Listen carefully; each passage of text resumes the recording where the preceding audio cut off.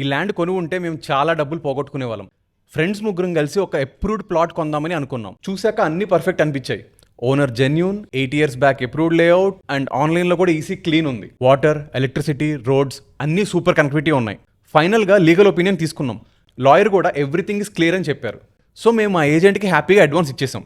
Advance ఇచ్చాక కూడా మేము రియల్ ఎస్టేట్ నాలెడ్జ్ ఉన్న వాళ్ళతో ఎంక్వైరీ చేయించాం. మా రిలేటివ్ చెప్పారు ఈ సర్వే నెంబర్స్ మీద కేసెస్ ఉండొచ్చు అని.